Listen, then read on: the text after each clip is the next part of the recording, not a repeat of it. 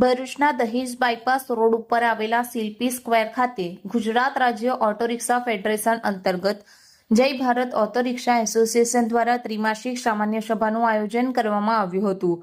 આ સભામાં auto rickshaw ચાલકોને લગતા વિવિધ મુદ્દાઓ ઉપર ચર્ચા વિચારણા કરવામાં આવી હતી।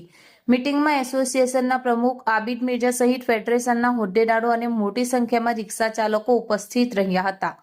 ગુજરાત રાજ્ય ઓટો રિક્ષા ફેડરેશનના પ્રમુખ ભરતસિંહ સોલંકીની અધ્યક્ષતામાં યોજાયેલી આ ત્રિમાસિક મીટિંગમાં ગત મીટિંગના ઠરાવોનું વાંચન કરીને તેને બહાલી આપવામાં આવી હતી। સાથે સાથે રાજ્યભરના રિક્ષા ચાલકોને પડતા પ્રશ્નો, સમસ્યાઓ અને માંગણીઓ અંગે ચર્ચા કરી તેના ઉકેલ માટે નિર્ણય લેવામાં આવ્યા હતા। આ ઉપરાંત નવા જિલ્લા સંગઠનની રચના કરી વિવિધ જિલ્લાઓના આગેવાનોને જવાબદારીઓ સોંપવામાં આવી હતી। મીટિંગમાં ફેડરેશનના હોદ્દેદારો સહિત મોટી સંખ્યામાં ઓટો રિક્ષા ચાલકો હાજર રહ્યા હતા।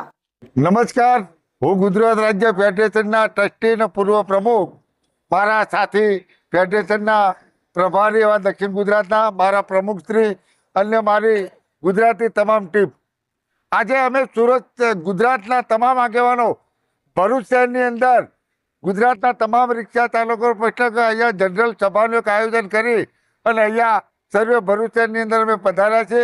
પણ ગુજરાતના કોઈ બી રિક્ષા ચાલકોનો પ્રશ્ન છે એ અમારી ગુજરાત રાજ્ય ફેડરેશનની જવાબદારી છે।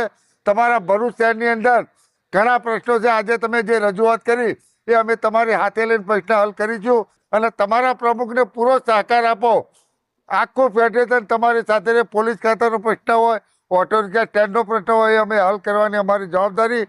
અને આજ રોજ અમને TVS દ્વારા અમારા ફેડરેશનની એક મિટિંગ કરી અને સારો સહકાર આપ્યો, સપોર્ટ આપ્યો, એ બદલ પણ અમે ગુજરાત રાજ્ય ફેડરેશન પૂરો આવકાર અમને અભિનંદન પાઠવ્યું છે અને ભરૂચના તમામ રિક્ષા ચાલકો વતી મારા વતી સૌને શુભેચ્છા।